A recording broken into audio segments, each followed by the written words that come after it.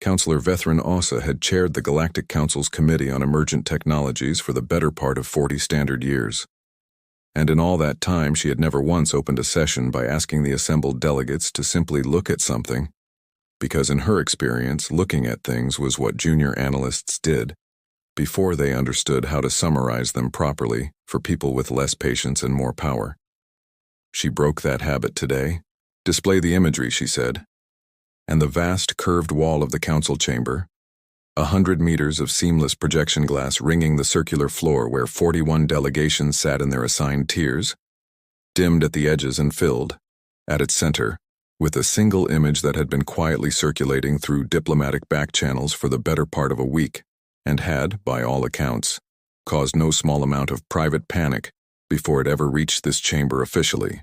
It showed the accretion disk of Sagittarius A, the supermassive black hole anchoring the galactic core, rendered in the false color spectrum favored by long-range survey arrays, a churning ring of superheated matter spiraling down into absolute dark, exactly as it had looked for the better part of the 400 years since sapient species had first possessed instruments capable of imaging it.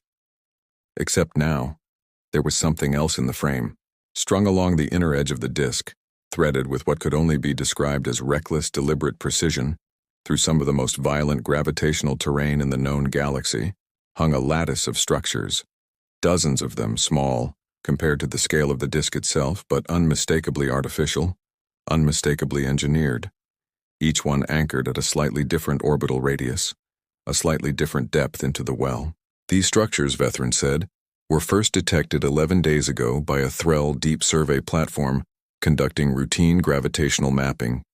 They were not there during the previous survey pass, conducted 6 months prior. They are, as of this morning's confirmed analysis, humanity's newest declared piece of infrastructure. She let that settle.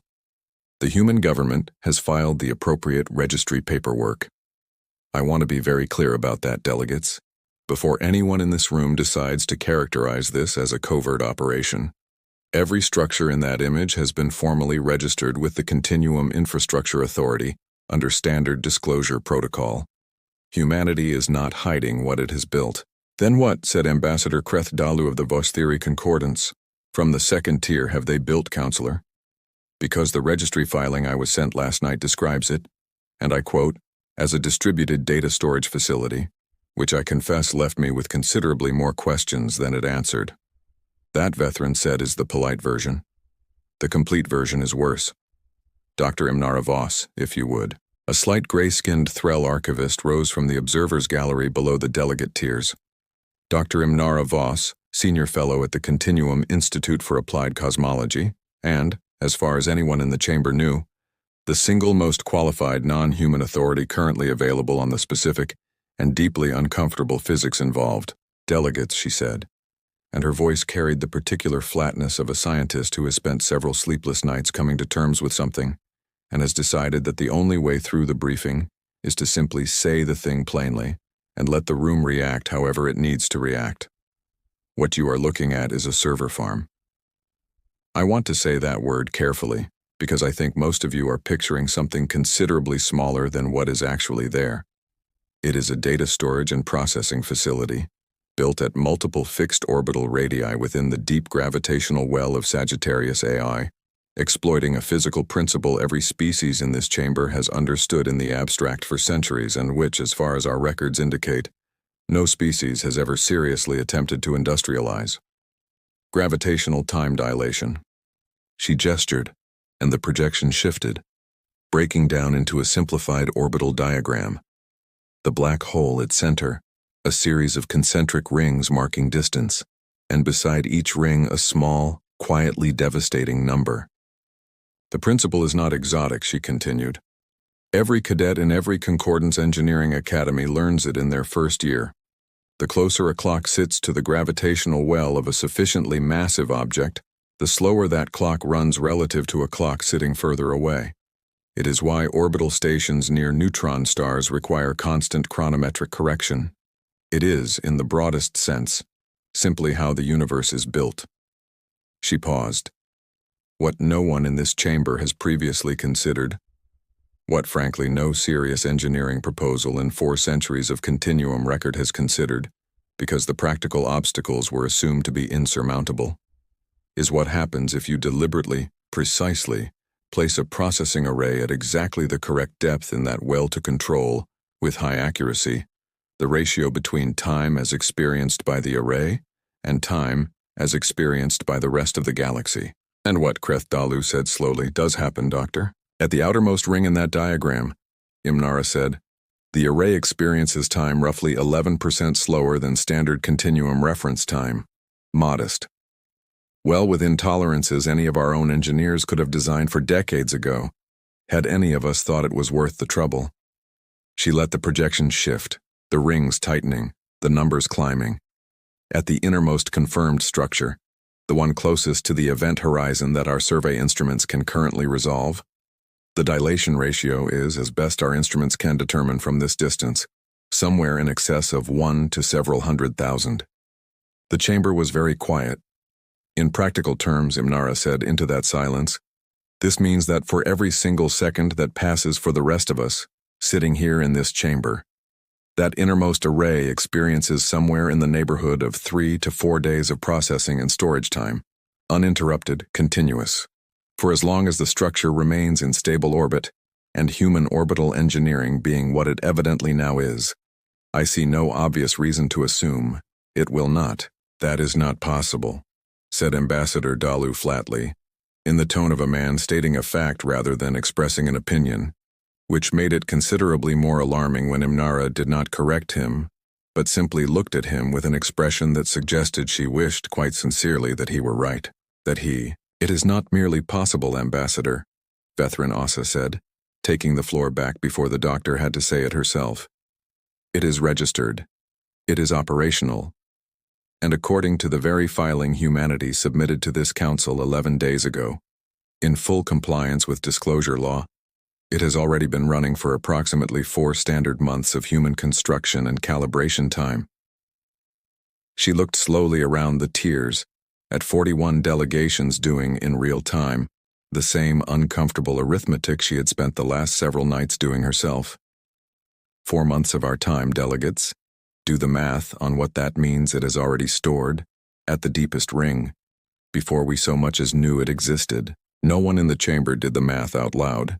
Several of them did it silently and did not like the answer. What followed over the next several days was precisely the kind of proceeding that had, across 4 centuries of continuum governance, given the entire institution its well-earned reputation for turning genuine crises into administrative marathons. The Committee on Emergent Technologies convened an emergency subcommittee. The subcommittee, upon discovering that the matter touched simultaneously on infrastructure law, gravitational resource treaty precedent, data sovereignty regulation, and at least 3 overlapping definitions of weaponizable technology that no 2 delegations could agree on, promptly split into 4 working groups, each of which scheduled its own hearings, none of which were scheduled to conclude findings before the others, guaranteeing that any final recommendation would take, at absolute minimum, several additional weeks to assemble. Counselor Vethrin Assa sat through all of it with the weary, practiced patience of someone who understood that this was simply how the machine worked, and who had long ago stopped expecting it to work any faster, no matter how urgent the underlying question.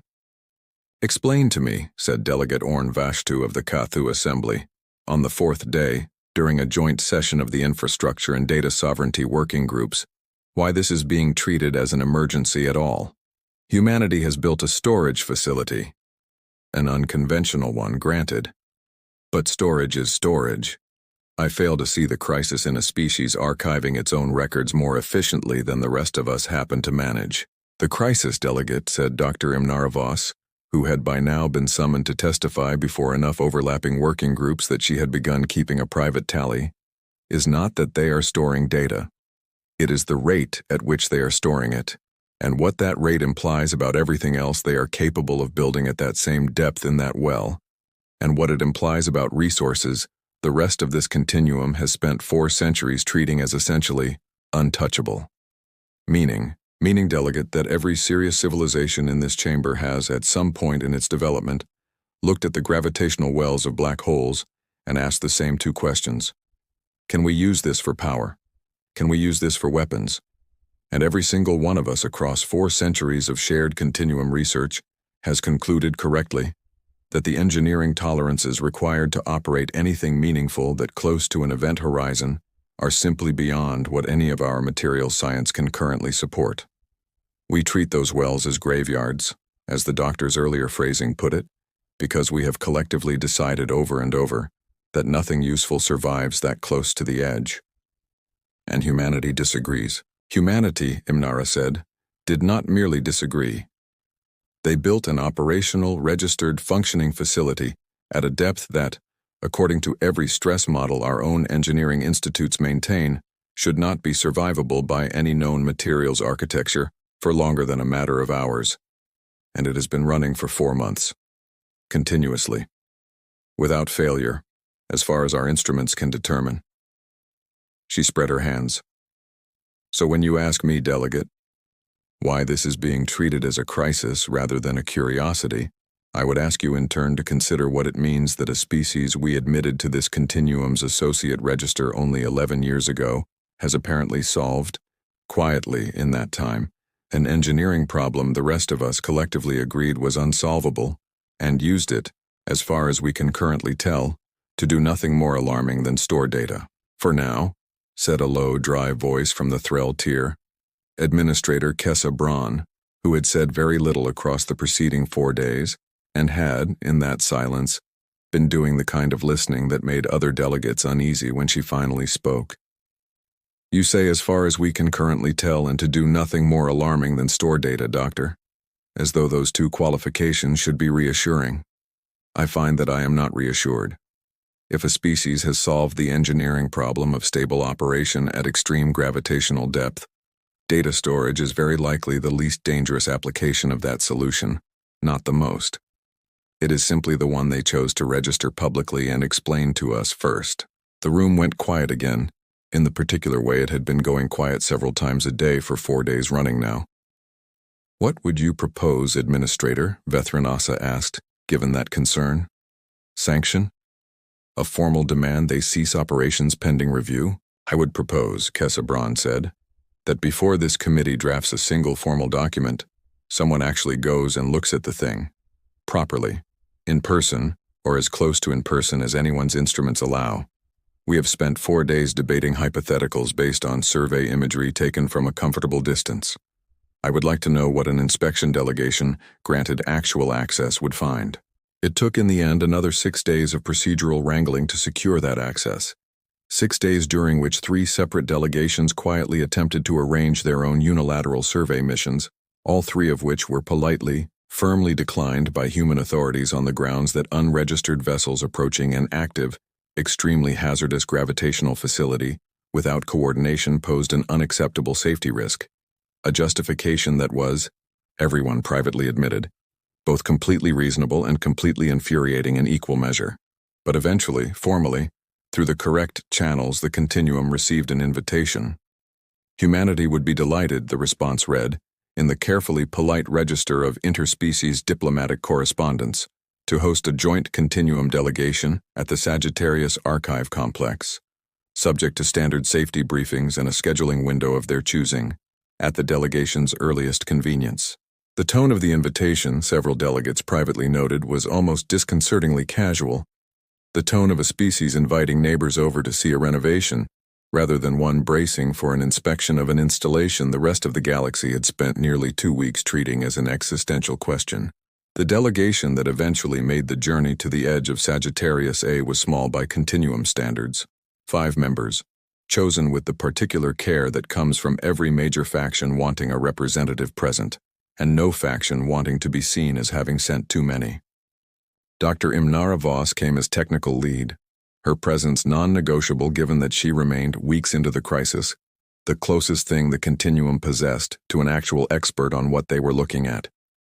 Administrator Kessa Braun came as the Threll government's formal observer, quiet and watchful as ever.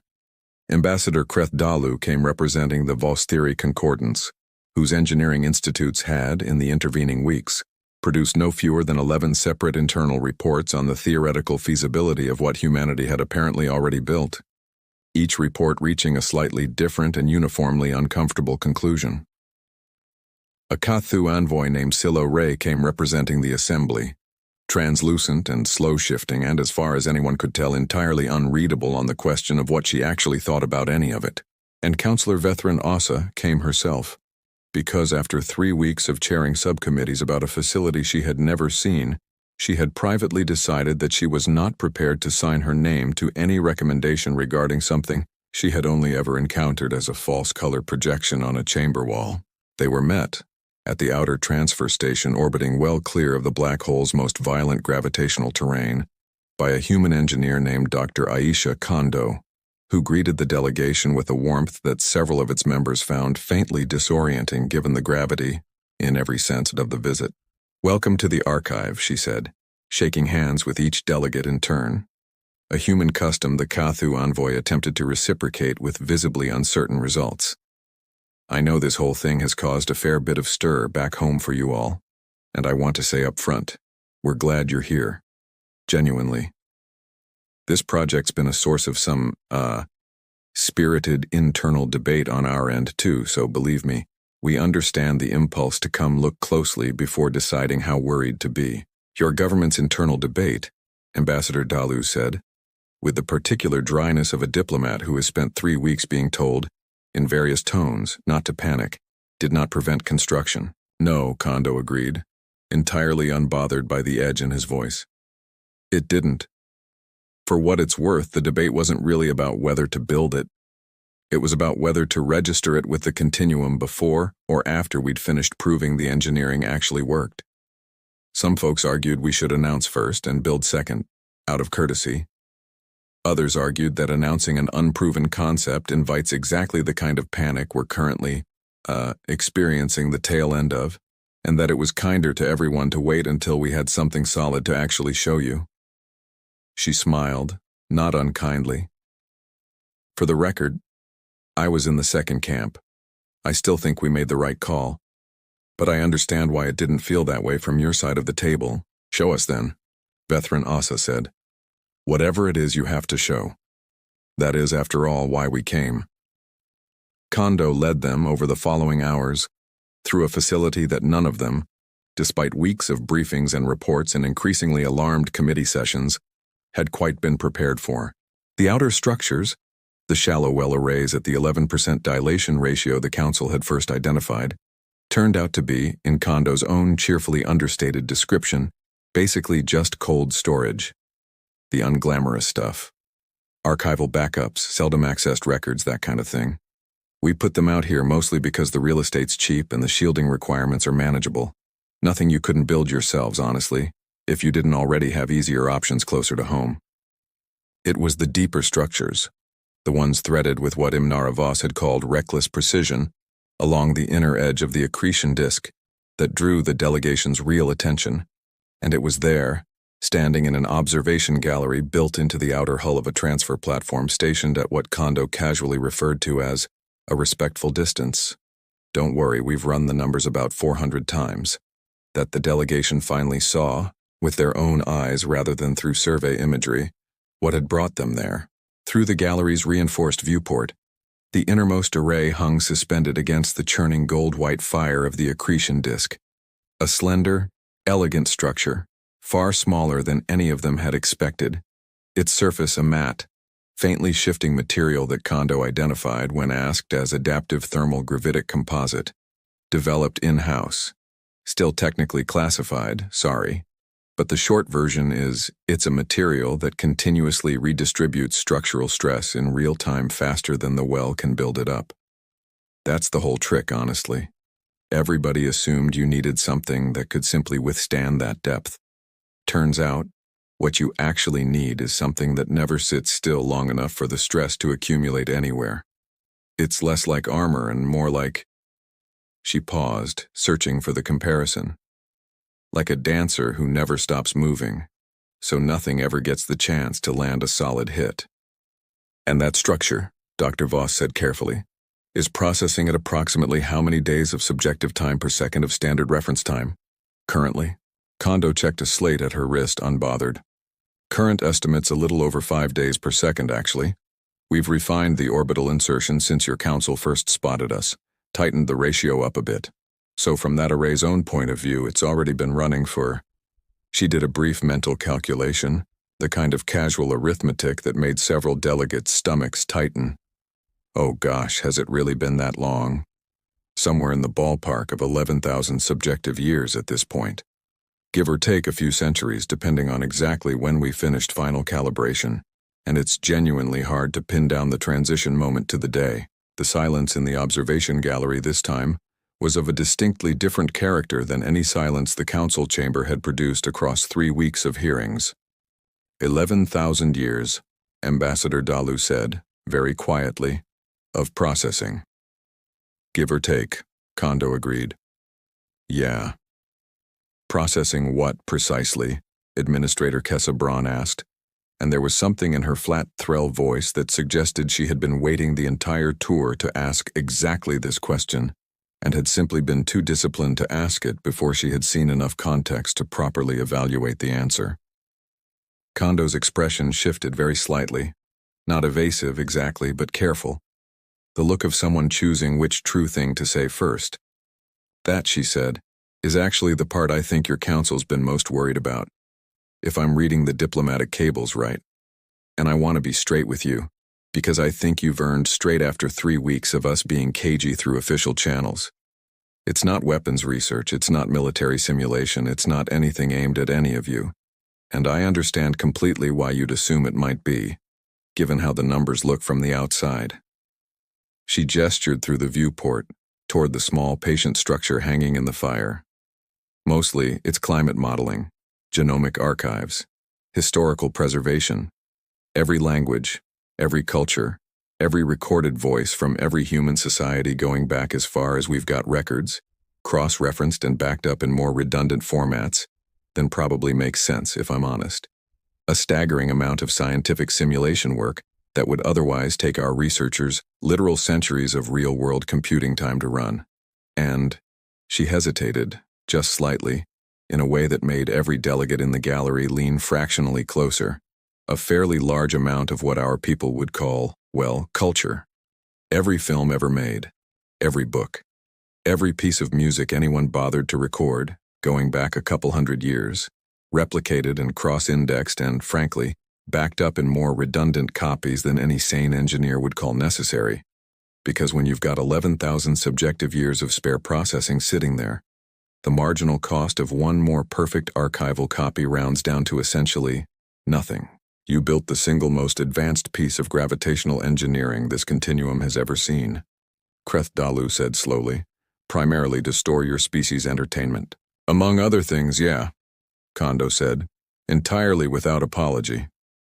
Look, I get how that sounds, but think about it from our side for a second. We're a young species. Relatively speaking, you all had centuries, in some cases millennia, to build up your own archives the slow way, and a lot of you lost enormous amounts of history along the way regardless. Wars and collapses and simple entropy, chewing through records nobody thought to protect properly.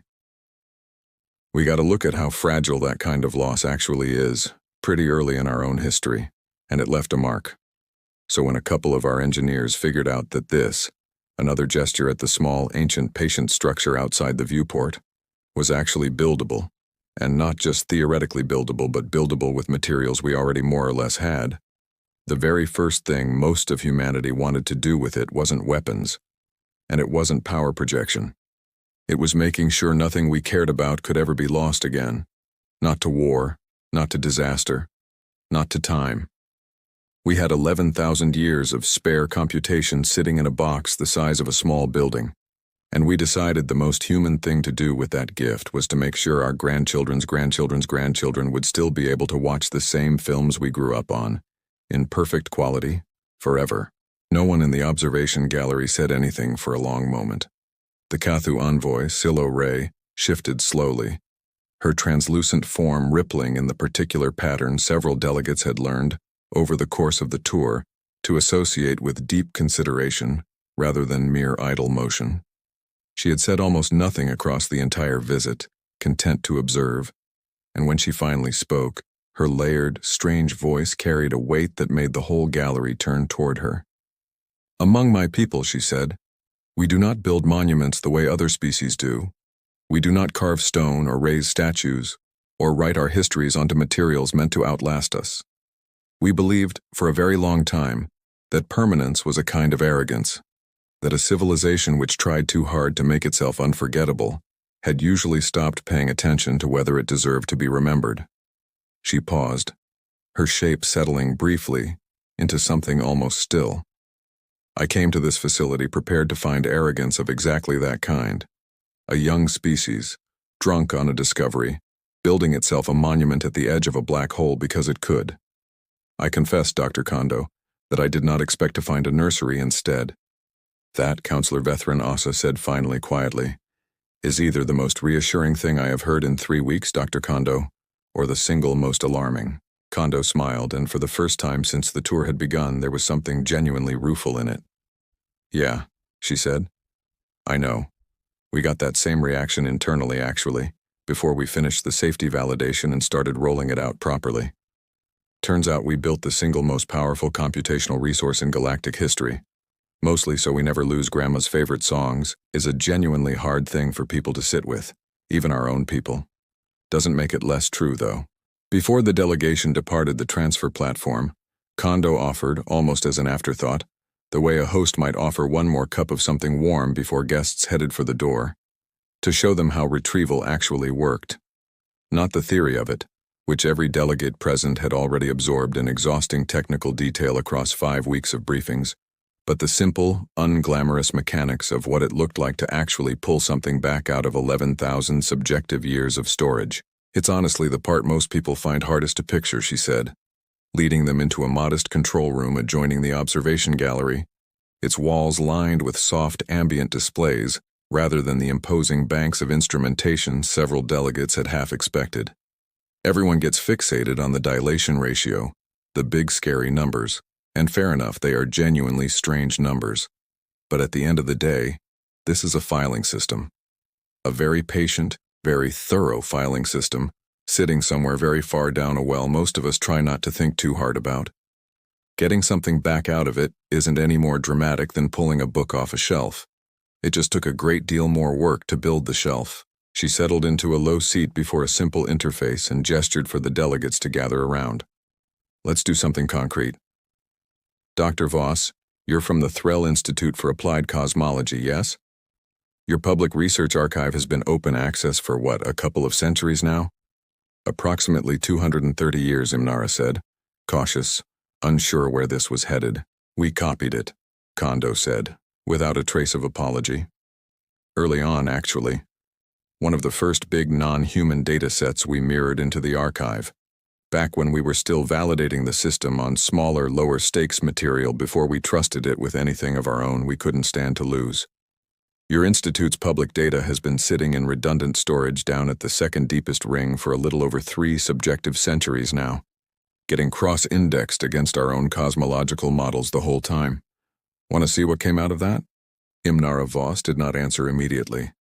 Something in her posture had gone very still, the particular stillness of a scientist confronted with the possibility that a question she had spent her career slowly chipping away at might already, somewhere, have an answer. "Show me," she said finally.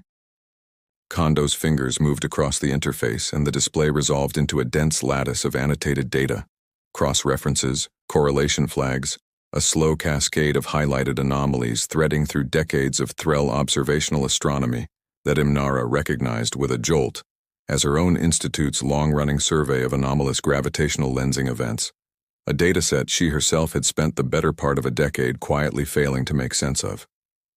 "Your survey flagged 141 unexplained lensing anomalies over the past 2 centuries, Kondo said, scrolling gently through the results. "Your own researchers, no offense meant, this happens to every institute working at the edge of what current theory explains, filed most of them as instrument error or transient noise, because there wasn't an obvious pattern connecting them, and nobody had the spare processing time to run every possible correlation against every other data set in the archive. We had 11,000 subjective years of spare processing sitting around, so we ran it. All of it. Against everything. She highlighted a cluster of results. Turns out there's a pattern. A faint one. And I want to be honest that our own physicists are still arguing about what it actually means. So please don't go home and publish anything off the back of a demonstration in a control room. But 138 of your 141 anomalies correlate, with a confidence interval that made our own review board distinctly uncomfortable, to a specific and very narrow signature that shows up nowhere in your existing theoretical framework, but shows up as it happens in some of the deep well modeling our own people have been running against Sagittarius A itself. Imnara Voss stared at the display for a long moment, and when she finally spoke, her voice had lost the careful, measured formality it had carried through 5 weeks of committee testimony.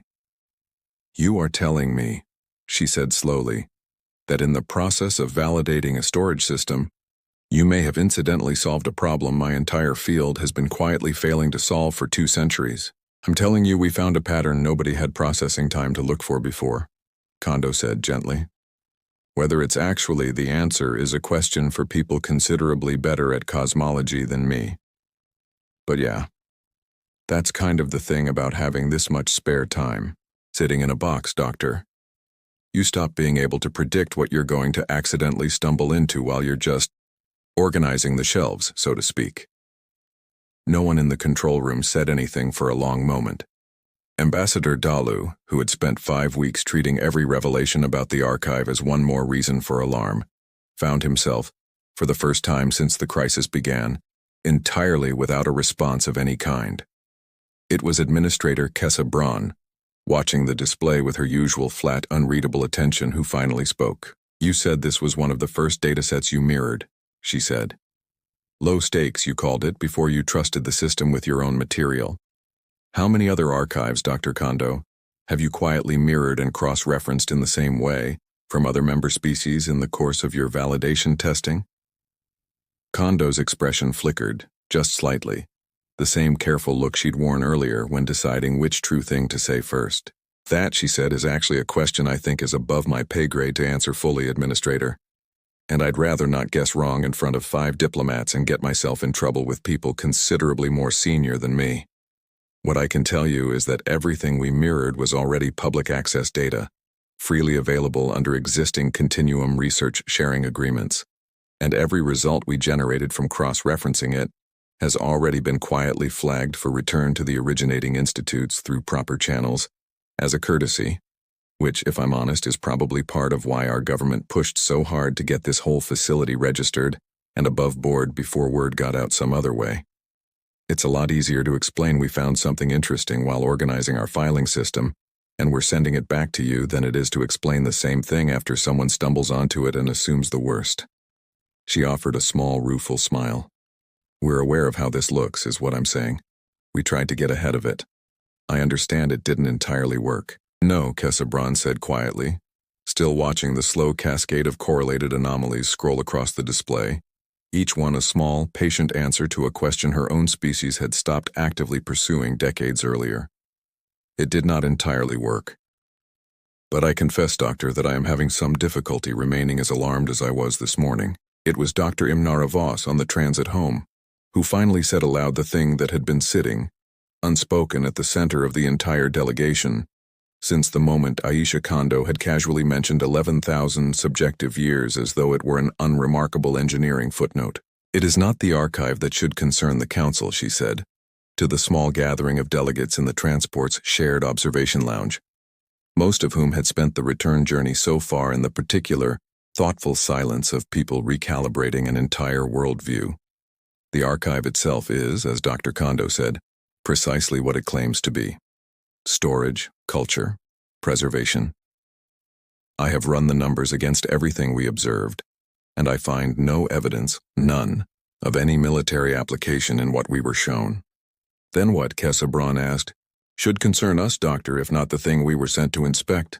"The capability," Imnara said. "Delegates, consider what we now know to be true, regardless of what any individual facility is actually used for. Humanity has solved stable engineering at a depth in a gravitational well that every serious institute in this continuum has spent 4 centuries insisting was fundamentally unsurvivable. They have done it with a material science breakthrough they are not yet willing to share. And I do not blame them for that reticence, given the reception their storage facility has already received. And they have demonstrated conclusively that a civilization operating at that depth gains access to a ratio of subjective processing time to observed, real time that is, for all practical purposes, without precedent in recorded continuum history. You are saying, Ambassador Dalu said slowly, that whatever else this facility is or is not, it proves that humanity could, if they chose, direct that same engineering toward something considerably less benign than film archives, and that we would have no meaningful way to predict how far along such a project had progressed before we ever detected it. Because from our perspective, watching from outside the well, the difference between 11 days and 11,000 years is nothing at all. A blink, a single second on a clock in a comfortable distant chamber. That is precisely what I am saying, Ambassador, Imnara said. And I want to be very clear for the record that I do not believe this is what is happening. Everything we observed today was consistent, in exhaustive technical detail, with exactly the peaceful application Dr. Kondo described. I have no evidence of deception, and considerable evidence, the sheer, almost absurd redundancy of their entertainment archives, if nothing else, that suggests a species genuinely more preoccupied with not losing its own history than with building anything resembling a weapon. She paused. But evidence of what a facility is currently doing is not the same as evidence of what the underlying capability could someday be turned toward, in different hands, under different pressures, at some future point none of us can currently predict. And that, delegates, is the actual question this council now has to answer, once we return. Not is humanity dangerous. I do not believe they are, not today, not with what we witnessed. The question is, now that this capability exists, and now that we know with certainty that it is achievable, what do the rest of us do about the fact that the balance of what is possible in this galaxy has just permanently, irreversibly shifted, whether or not humanity ever builds another facility like it again? No one in the lounge had an answer to that, and the remainder of the transit passed in a silence considerably more contemplative than alarmed. The final session on the matter of the Sagittarius Archive Complex, held some 5 weeks after Councillor Vethrin Asa had first displayed that unassuming false color image on the chamber's projection wall, was, by the standards of continuum proceedings, remarkably brief. The 4 working groups had in the interim each produced their findings and, in a development that surprised precisely no one who had sat through weeks of overlapping redundant hearings, had arrived at 4 subtly different versions of essentially the same conclusion, that the facility itself posed no immediate, demonstrable threat, that the underlying technology represented a genuine and permanent shift in the theoretical ceiling of what any sufficiently advanced civilization might eventually achieve, and that no existing continuum treaty framework adequately addressed a capability of this kind, because no one, in 4 centuries of shared governance, had seriously believed anyone would ever need to.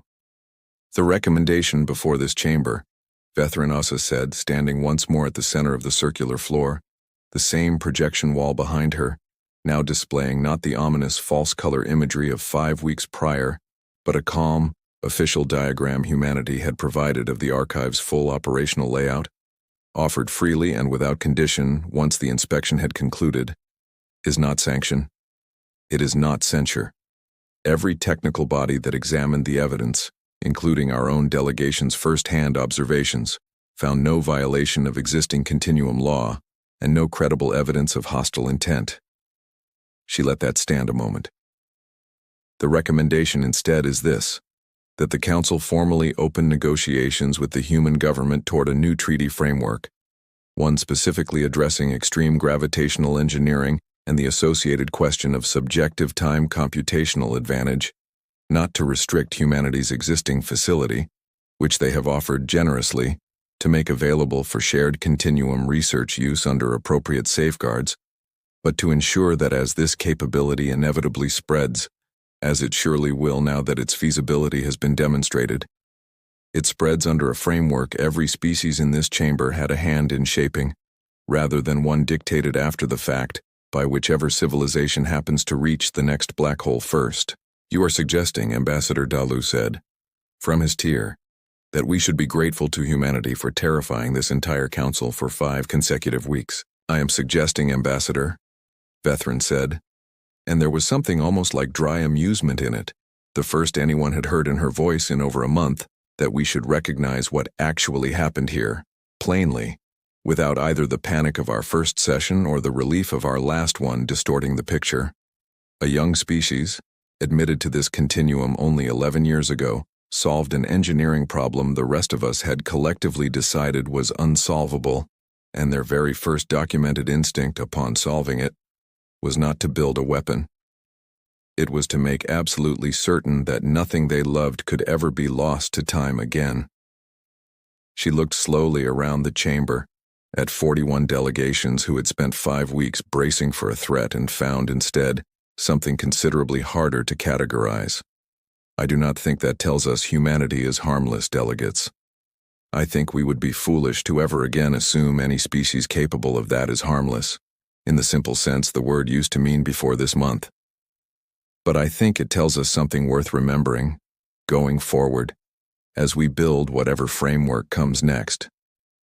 Given a tool capable of bending the fundamental architecture of time itself to their advantage, the very first thing this particular species chose to do with it was preserve every song their grandmothers ever sang. She paused. There are considerably worse ways a civilization could have chosen to spend 11,000 years. Before the vote was called, Delegate Orn Vashtu of the Kathu Assembly rose once more from his tier, and the chamber quieted because Vashtu had spoken rarely across the 5 weeks of proceedings, and had, in that rarity, earned the kind of attention that comes from colleagues who have learned a delegate does not waste the room's time. I would like the record to note something before this motion passes, he said, because I suspect it will be convenient, in the years of treaty drafting ahead of us, for everyone in this chamber to quietly forget how we behaved during these 5 weeks, and I do not think we should be permitted that convenience. He looked slowly around the tiers.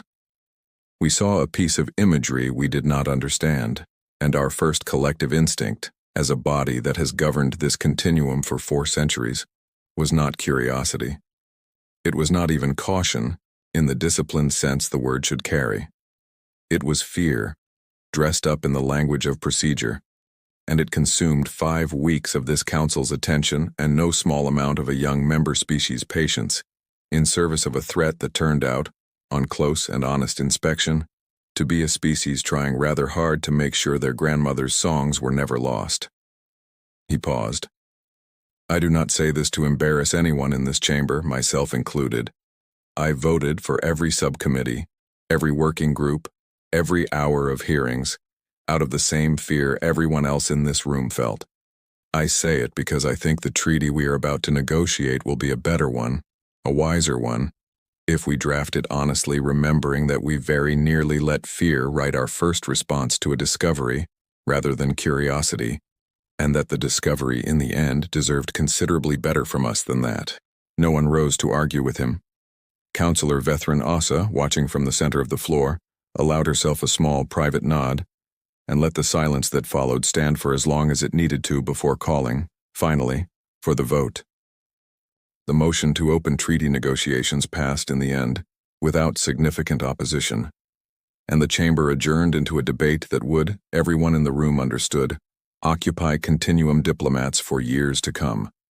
Not a debate about whether humanity could be trusted precisely, but a considerably more unsettling one about what it meant that the ceiling on what any civilization might quietly achieve, given enough patience and the right unexplored corner of physics, had just turned out to be so very much higher than anyone had previously dared to calculate.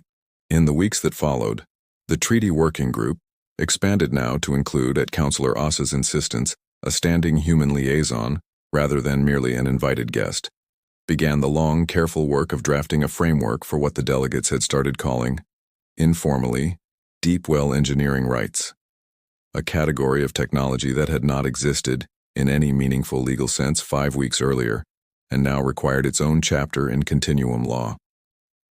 Dr. Imnara Voss was seconded to the working group at her own request, no longer merely the continuum's reluctant expert on an alarming discovery, but, increasingly, the closest thing the Concordance possessed to an actual specialist in a field that had, until recently, not existed.